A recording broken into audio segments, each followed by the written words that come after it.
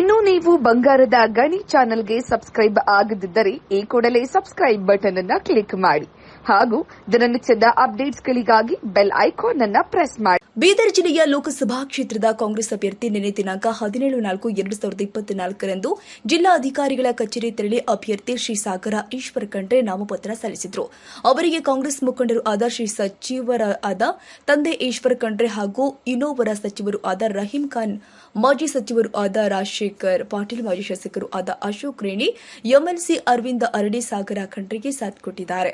ನಾಮಪತ್ರ ಸಲ್ಲಿಸಿದ ನಂತರ ಪತ್ರಿಕಾಗೋಷ್ಠಿ ನಡೆಸಿದ್ರು. ಸಾಗರ ಖಂಡ್ರೆ ವರದಿಗಾರರು ಕೇಳಿದ ಪ್ರಶ್ನೆಗೆ ಜಿಲ್ಲಾದ್ಯಂತ ಒಳ್ಳೆಯ ಪ್ರತಿಕ್ರಿಯೆ ವ್ಯಕ್ತವಾಗಿದೆ ಹಾಗೂ ಜನ ರೆಸ್ಪಾನ್ಸ್ ಸಿಗ್ತಾ ಇದೆ. ನಾನು ಲೋಕಸಭೆಗೆ ಗೆದ್ದು ಬರ್ತೀನಿ ಎಂದು ಅಭ್ಯರ್ಥಿ ಹೇಳಿದ್ರು ಹಾಗೂ ಸಚಿವರುಗಳು ಮಾತನಾಡಿದ್ರು. ಇವತ್ತಿನ ದಿವಸ 17ನೇ ತಾರೀಕಿಗೆ ನಾವು ನಮ್ಮ ನಾಮಪತ್ರವನ್ನು ಸಲ್ಲಿಸಿದ್ದೇವೆ. ನಮ್ಮೆಲ್ಲ ನಾಯಕರ ಜೊತೆ, ನಮ್ಮ ಬಿ ಫಾರ್ಮ್ ಜೊತೆ, ಮತ್ತೆ ಇವಾಗ ರ್ಯಾಲಿ ಮುಖಾಂತರ ನಾವು ಗಣೇಶ್ ಮೈದಾನಕ್ಕೆ ಹೋಗ್ತಾ ಇದ್ದೀವಿ. ಅಲ್ಲಿ ಒಂದು ಸಮಾವೇಶ ಮಾಡ್ತಾ ಇದ್ದೀವಿ. ನಮ್ಮ ಎಲ್ಲ ಕಾಂಗ್ರೆಸ್ ಪಕ್ಷದ ಮುಖಂಡರು ಹಾಗೂ ಕಾರ್ಯಕರ್ತರು ಹೆಚ್ಚಿನ ಸಂಖ್ಯೆಯಲ್ಲಿ ಬಂದಿದ್ದಾರೆ ನಮಗೆ ಆಶೀರ್ವಾದ ಮಾಡುವುದಕ್ಕೆ. ಅದಕ್ಕೆ ಬೀದರ್ ಜಿಲ್ಲೆಯ ಜನತೆ ಕೂಡ ನಮಗೆ ಇದೇ ರೀತಿ ಆಶೀರ್ವಾದ ಮಾಡ್ತಾರೆ ಅಂತ ನಮಗೆ ನಂಬಿಕೆ ಇದೆ ಅಂತ ನಾನು ಹೇಳೋದಕ್ಕೆ ಬಯಸ್ತೇನೆ. ಕ್ಯಾಂಪೇನಲ್ಲಿ ಎಲ್ಲ ಒಳ್ಳೆಯ ರೀತಿಯ ರೆಸ್ಪಾನ್ಸ್ ಸಿಗ್ತಾ ಇದೆ. ಎಲ್ಲ ಪಂಚಾಯತ್ಗಳಲ್ಲಿ ನಾವು ವಿಸಿಟ್ ಮಾಡ್ತಾ ಇದ್ದೀವಿ. ಎಲ್ಲ ಪಂಚಾಯತ್ಗಳಲ್ಲಿ ಬದಲಾವಣೆ ಬಯಸ್ತಾ ಇದ್ದಾರೆ. ಯುವಕರು ಒಂದು ಹೊಸ ಮುಖ ನೋಡ್ಬೇಕಂತ ಇದ್ದಾರೆ. ಯಾರು ಬಿಜೆಪಿಯವರು ಅಭ್ಯರ್ಥಿ ಇದ್ದಾರೆ ಅವ್ರ ಮೇಲೆ ಬಹಳಷ್ಟು ಜನ ನಾರಾಜಾಗಿದ್ದಾರೆ. ನಾನು ಒಂದು ಪ್ರಶ್ನೆ ಕೇಳ್ತೀನಿ, ಎಲ್ಲ ಪಂಚಾಯತ್ಗಳು ಹೋಗಿದಾಗ ನೀವು ಎಷ್ಟು ಜನ ಅವ್ರ ಮುಖ ನೋಡಿದ್ದೀರಂತಂದ್ರೆ 99% ಯಾರು ಅವ್ರಿಗೆ ಇನ್ನೂ ತನಕ ನೋಡಿಲ್ಲ. ಫೋನ್ ಮೇಲೆ ನೋಡಿರ್ಬೋದು, ವಾಟ್ಸಪ್, ಫೇಸ್ಬುಕ್ ಮೇಲೆ ನೋಡಿರ್ಬೋದು, ಆದರೆ ಫೇಸ್ ಟು ಫೇಸ್ ರಿಯಲ್ ಲೈಫಲ್ಲಿ ಇನ್ನೂ ಯಾರು ನೋಡಿಲ್ಲ. ಅವ್ರು ಎಷ್ಟೋ ಜನ ಹೇಳ್ತಾರೆ ಇನ್ನೂ ಅವ್ರ ಊರಿಗೆ ಬಂದಿಲ್ಲ, ಪಂಚಾಯತಿಗೆ ಬಂದಿಲ್ಲ, ಅನುದಾನ ತಂದು ಕೊಟ್ಟಿಲ್ಲ ಅಂತ. ಅದಕ್ಕೆ ಎಲ್ಲರೂ ಬದಲಾವಣೆ ಬಯಸ್ತಾ ಇದ್ದಾರೆ. ಎಲ್ರಿಗೂ ರಾಮನವಮಿ ಹಬ್ಬದ ಹಾರ್ದಿಕ ಶುಭಾಶಯಗಳು. ನನಗೆ ತುಂಬ ಸಂತೋಷ ಆಗಿದೆ. ಇವತ್ತಿನ ದಿವಸ ನಾವೆಲ್ಲರೂ ನಮ್ಮೆಲ್ಲ ನಾಯಕರ ಜೊತೆ ನಾವು ರಾಮನವಮಿ ದಿವಸ ನಾವು ನಾಮಿನೇಷನ್ ಸಲ್ಲಿಸ್ತಾ ಇದ್ದೀವಿ.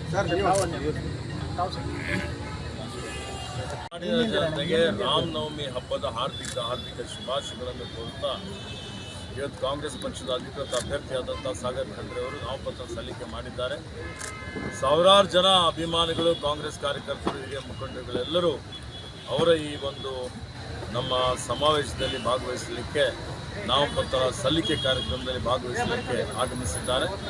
ಇವತ್ತೇನು ಯುವಕರಲ್ಲಿ ಏನು ಉತ್ಸಾಹ ಇದೆ, ಏನು ಹುಮ್ಮಸ್ಸಿದೆ, ಯುವಶಕ್ತಿ ಅಣುಶಕ್ತಿ ಇದ್ದ ಹಾಗೆ ಇವತ್ತು ನಮ್ಮ ವರಿಷ್ಠರು ಯುವಕರಿಗೆ ಅಭ್ಯರ್ಥಿ ಮಾಡಿದರೆ ಒಂದು ಹೊಸ ಚಿಂತನೆ, ಒಂದು ಹೊಸ ಇವತ್ತು ಪರಿವರ್ತನೆ ಆಗ್ತದೆ, ಒಂದು ಹುಮ್ಮಸ್ಸು ಉತ್ಸಾಹ ಬರ್ತದೆ ಅನ್ನುವಂಥ ದೃಷ್ಟಿಯಿಂದ ಜವಾಬ್ದಾರಿಯನ್ನು ಕೊಟ್ಟಿದ್ದಾರೆ.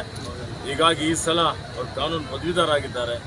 ಈ ಸಲ ಬೀದರ್ ಲೋಕಸಭಾ ಕ್ಷೇತ್ರದ ವ್ಯಾಪ್ತಿಯಲ್ಲಿ ಜನರ ಏನೊಂದು ಆಲೋಚನೆಗಳಿದೆ, ಜನರ ಹುಮ್ಮಸ್ಸು, ಉತ್ಸಾಹ, ಅವರ ಪ್ರೀತಿ, ವಿಶ್ವಾಸ, ನಂಬಿಕೆ ನೋಡಿದರೆ ಮತ್ತು ನಮ್ಮ ಸರ್ಕಾರದ ಏನು ಸಾಧನೆ ಇದೆ, ಗ್ಯಾರಂಟಿಗಳು ನಾವೇನು ಅನುಷ್ಠಾನ ಮಾಡಿದ್ದೇವೆ ಅದರಿಂದ ಬಹಳಷ್ಟು ಪ್ರಭಾವಿತರಾಗಿದ್ದಾರೆ.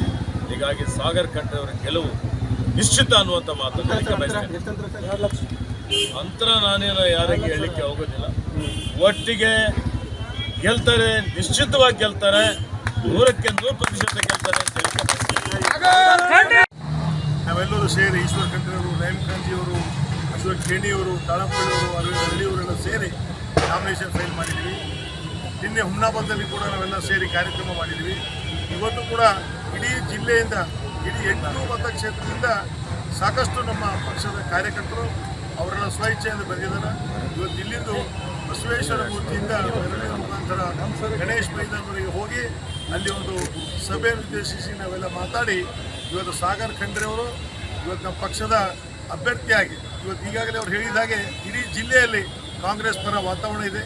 ಇವತ್ತು ಬರ್ತಕ್ಕಂಥ ಏನು ಮೇ 7ನೇ ತಾರೀಕು ಚುನಾವಣೆ ಇದೆ, ಆ ಚುನಾವಣೆಯಲ್ಲಿ ಕಾಂಗ್ರೆಸ್ ಪಕ್ಷದ ಅಭ್ಯರ್ಥಿಯಾದಂಥ ಸಾಗರ್ ಖಂಡ್ರೆಜಿಯವರು ಗೆಲ್ತಾರೆ ಅಂತ ನಮಗೆ ವಿಶ್ವಾಸ. ಎಲ್ಲರಿಗೆ ನಮಸ್ಕಾರ.